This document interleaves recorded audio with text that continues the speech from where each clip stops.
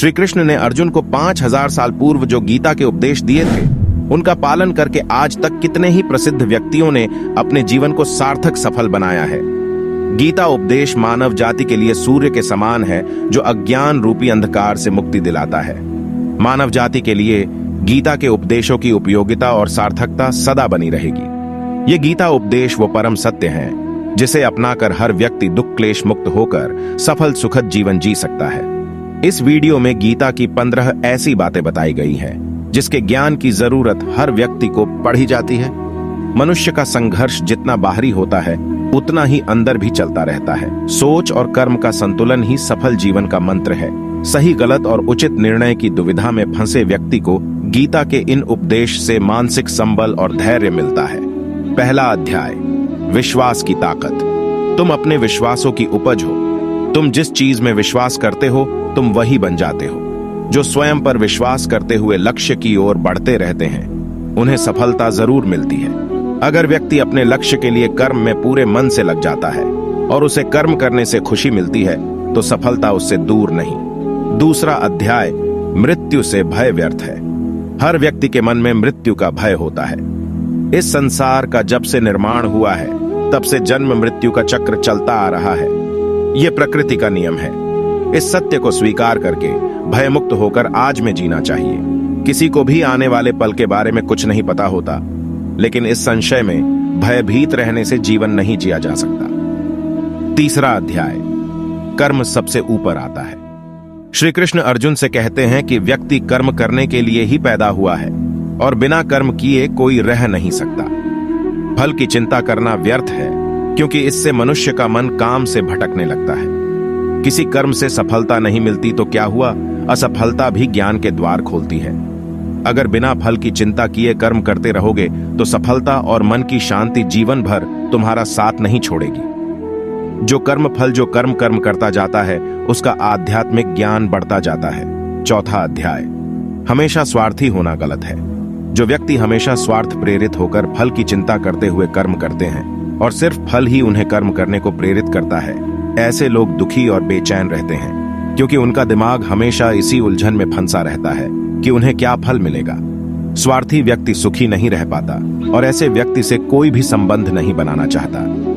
इसलिए स्वार्थ से ऊपर उठे और दूसरों का हित भी सोचें। पांचवा अध्याय, क्रोध से सबका नुकसान होता है। क्रोध या गुस्सा करना व्यक्ति के दिमाग में उथल पुथल पैदा कर देता है।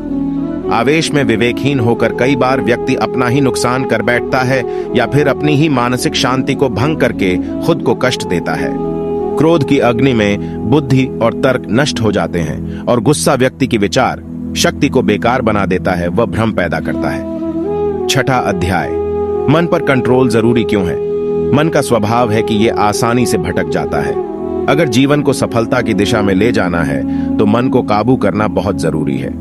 श्री कृष्ण कहते हैं कि बार बार प्रयास करने से धीरे धीरे चंचल मन को वश में किया जा सकता है। मन को वश में करने से दिमाग की शक्ति केंद्रित होती है, जिससे कार्यों में सफलता मिलने लगती है। अगर मन को वश में नहीं करोगे तो यह आपका सबसे बड़ा शत्रु बन जाता है। सातवां अध्याय, भगवानों में कोई छोटा बड़ा नहीं। इस संसार में ईश्वर कई रूपों में जाना जाता है। इनमें से कोई भी रूप बड़ी टेढ़ा छोटा नहीं है। परमात्मा का हर रूप समान है। जैसे हर नदी अंत में सागर में जाकर मिलती है, वैसे ही हर धर्म, मत और संप्रदाय की धाराएं परमात्मा रूपी समुद्र में समा जाती हैं। यह संसार परमपिता का ही स्वरूप है। वो हर कण में विद्यमान है।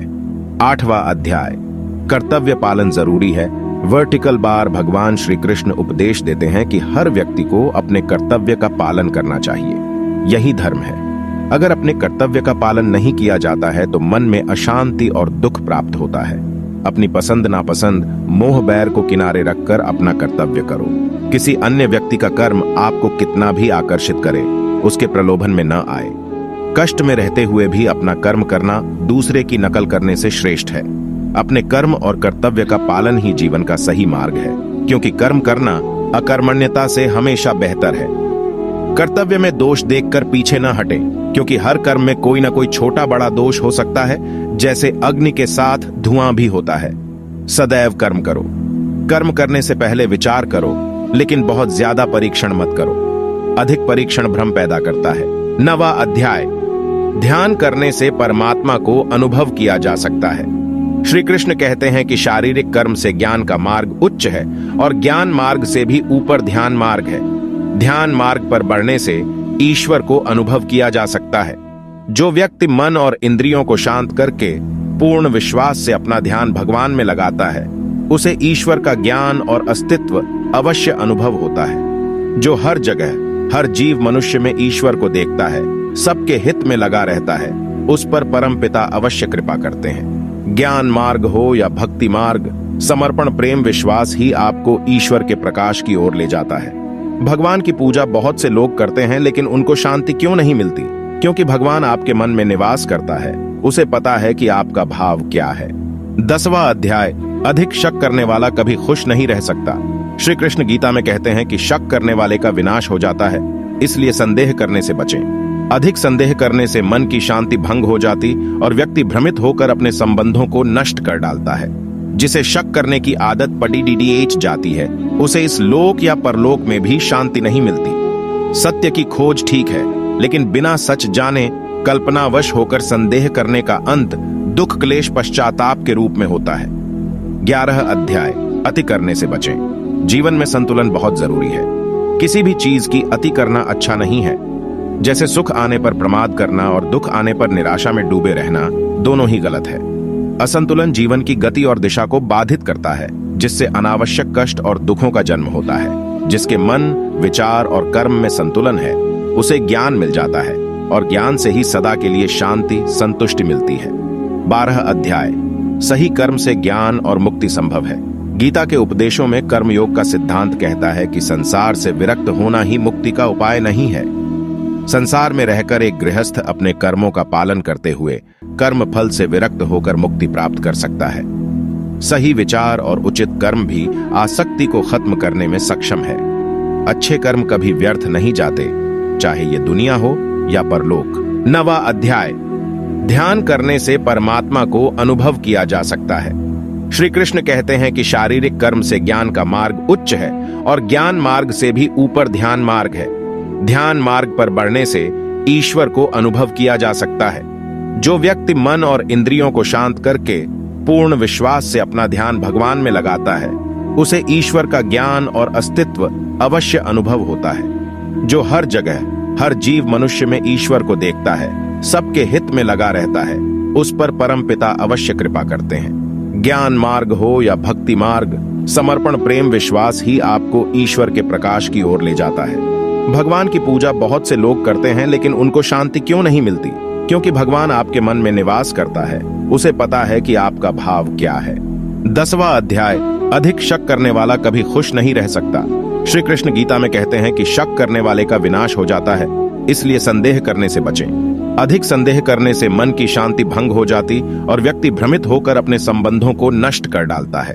जिसे शक करने की आदत पड़ी जाती है, उसे इस लोक या परलोक में भी शांति नहीं मिलती। सत्य की खोज ठीक है, लेकिन बिना सच जाने कल्पनावश होकर संदेह करने का अंत दुख क्लेश पश्चाताप के रूप में होता है। 11 अध्याय, अति करने से बचें। जीवन में संतुलन बहुत जरूरी है। किसी भी चीज की अति करना अच्छा नहीं है। जैसे सुख आने पर प्रमाद करना और दुख आने पर निराशा में डूबे रहना, दोनों ही गलत है। असंतुलन जीवन की गति और दिशा को बाधित करता है, जिससे अनावश्यक कष्ट और दुखों का जन्म होता है। जिसके मन, विचार और कर्म में संतुलन है, उसे ज्ञान मिल जाता है और ज्ञान से ही सदा के लिए शांति संतुष्टि मिलती है। 12 अध्याय, सही कर्म से ज्ञान और मुक्ति संभव है। गीता के उपदेशों में कर्मयोग का सिद्धांत कहता है कि संसार से विरक्त होना ही मुक्ति का उपाय नहीं है। संसार में रहकर एक गृहस्थ अपने कर्मों का पालन करते हुए कर्म फल से विरक्त होकर मुक्ति प्राप्त कर सकता है। सही विचार और उचित कर्म भी आसक्ति को खत्म करने में सक्षम है। अच्छे कर्म कभी व्यर्थ नहीं जाते, चाहे ये दुनिया हो या परलोक। 13वां अध्याय, ज्ञान और कर्म एक हैं। एक अज्ञानी कर्म और ज्ञान को अलग अलग समझता है, लेकिन एक ज्ञानी जानता है कि दोनों एक ही हैं। लोग ज्ञान की बातें तो करते हैं, लेकिन उसका पालन नहीं करते।